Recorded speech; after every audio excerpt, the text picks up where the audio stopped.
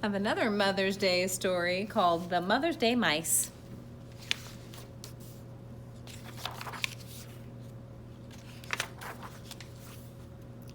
By Eve Bunting. Biggest Little Mouse wakened first. It was early morning and still almost dark. He tugged gently on the whiskers of the Middle Mouse, who slept next to him. "It's Mother's Day," he whispered. "Time to get up and go for our presents." Middle Mouse tugged gently on the whiskers of Little Mouse, who slept between him and the wall. "Mother's Day," he whispered. They crept out of bed and tiptoed past Mother's room. Oh, they're going to get out and maybe find her a surprise of some sort. Outside, one star still slept in the sky. They stopped to wash paws and faces, and in the pail of water Mother kept by the front door. Biggest studied his watch. "We have 2 hours before Mother wakes up. Middle and I know what we're getting for her, and where to find it." He looked at Little Mouse and waited. "I know what I'm getting too," Little Mouse said. "Honeysuckle."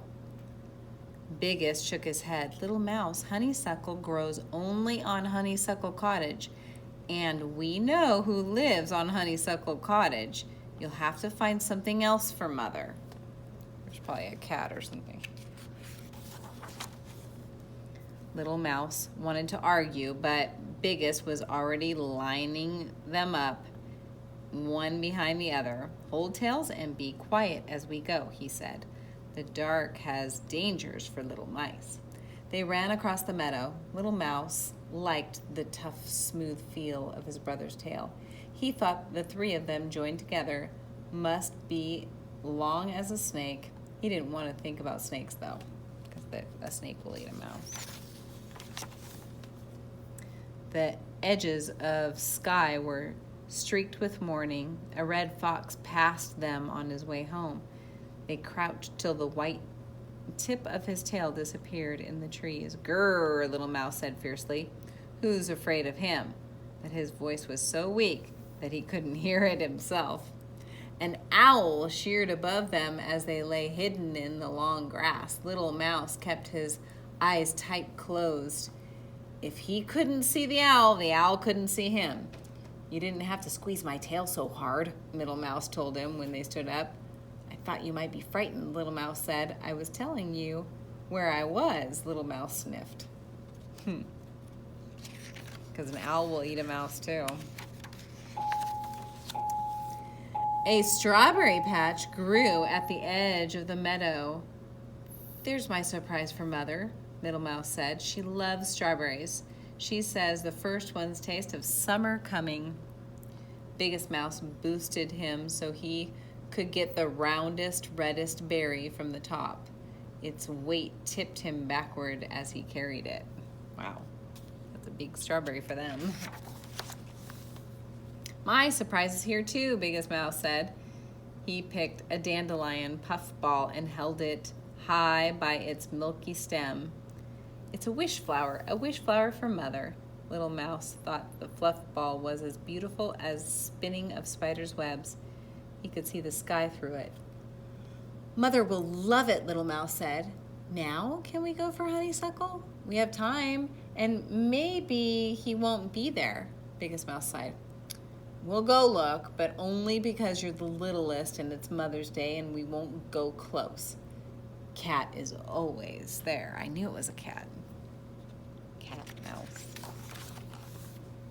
Cat was there. Ooh, he looks vicious with those teeth. He lay on the porch of the Honeysuckle Cottage, monstrously big, monstrously black. When he yawned, his mouth was dark, spiked cave. Little Mouse could see it clearly, even though there were too close. "Maybe he'll leave soon," Little Mouse whispered. He pulled his eyes away from the cat to the honeysuckle that twined around the porch. Honeysuckle for Mother. It's not worth his life, though. I wouldn't do it. Inside the cottage, someone was playing a piano. The tune was "Twinkle, Twinkle, Little Star." Dum-dee-dum-dee-dum-dee-dum, dum-dee-dum-dee-dum-dee-dum. "Maybe Cat likes to lie in the sun and listen to music," Little Mouse whispered. Maybe the person will stop playing soon and Cat will go away. He sniffed the honeysuckle air and pretended not to see Biggest Mouth check the time. Dum-dee-dum-dee-dum-dee-da. The person is not going to stop playing, Middle muttered. He set the strawberry on the ground, and a beetle came on the run.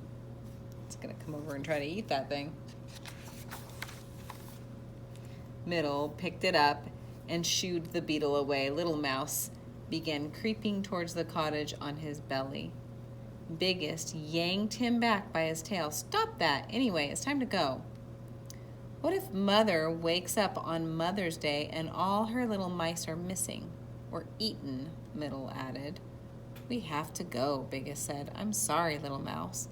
But inside Little Mouse's head, something had started to beat. Something wonderful that was the beginning of an idea. Something better than honeysuckle.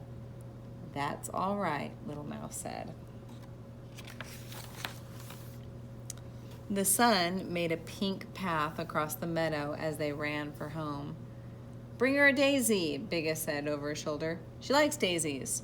Bring her a rock, Middle puffed. A small rock that's not hard to carry. They're nice, Little Mouse said, but they're not special enough for this special day. He had something special, though. He had it strong and firm in his mind when he got home. Biggest stood the fluff ball in a jar beside Mother's chair. Middle put the strawberry on a blue dish on the table. I'm glad I didn't roll it, he said. Sometimes I wanted to, but I carried it all the way, and it isn't even squished. He glanced sideways at Little Mouse. The strawberry can be from you too, Little Mouse. And the fluff ball will be from both of us, Biggest said. Little Mouse smiled. Thank you, but I brought something of my own. He thought it was funny when his brothers looked all around and then rolled their eyes at each other. Something I kept hidden, he said. Biggest Mouse held up a warning paw. Shh, Mother's coming. Happy Mother's Day, they all shouted when she came in the kitchen. And Mother said, why, you remembered, we almost got eaten there. Middle began and Biggest poked him hard. Sometimes Middle talked too much. Mother blew on the puffball and it exploded into a billion beautiful feathery pieces. Did you make a wish? Biggest Mouse asked. Yes, a wonderful wish. Mother cut the strawberry in 4 pieces. I love strawberries, she said. The first one's taste of summer coming. She nibbled on an edge of berry and closed her eyes, and Little Mouse knew she was tasting sunshine and sweet corn in the cold waters of Meadow Stream. Now me, he said. He was so excited he thought he might explode like the puffball into 1,000,000 pieces. The music he'd heard at Honeysuckle Cottage was loud in his mind, and he clasped his paws and began to sing. He sang the words he thought of as they ran home. We have brought a song to say, Happy Mother's Day. No one's mother is so nice. Love from all your little mice. Oh, he wrote a poem. That was wonderful, Mother said when he finished. How astonished his brothers were. They thought he had nothing, and all this time he had this? He had his poetry. That's beautiful. Was it better than honeysuckle? Little Mouse asked. Much better, Mother said. Honeysuckle doesn't last forever. A song does. Was it the best of all your surprises? As soon as he asked that, Little Mouse felt mean. The song is from all of us, he added quickly. Mother smiled. All my surprises were lovely. You each brought me something different, and you each brought me something the same. Do you know what that was, Little Mouse? Little Mouse knew. They'd brought her their love. Mother opened her arms wide, and they ran to her. Let's sing Little Mouse's song, she said.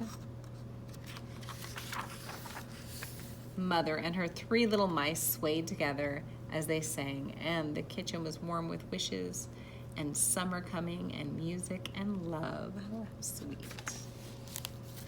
All right, I would love to know something that you're going to do for Mother's Day. This was a really cute story. It's make-believe because mice don't talk and all that. But the 3 characters are gonna be the 3 mice, and then the mom is also one of the characters. And they're off to find her something for Mother's Day, and they all 3 come up with something wonderful.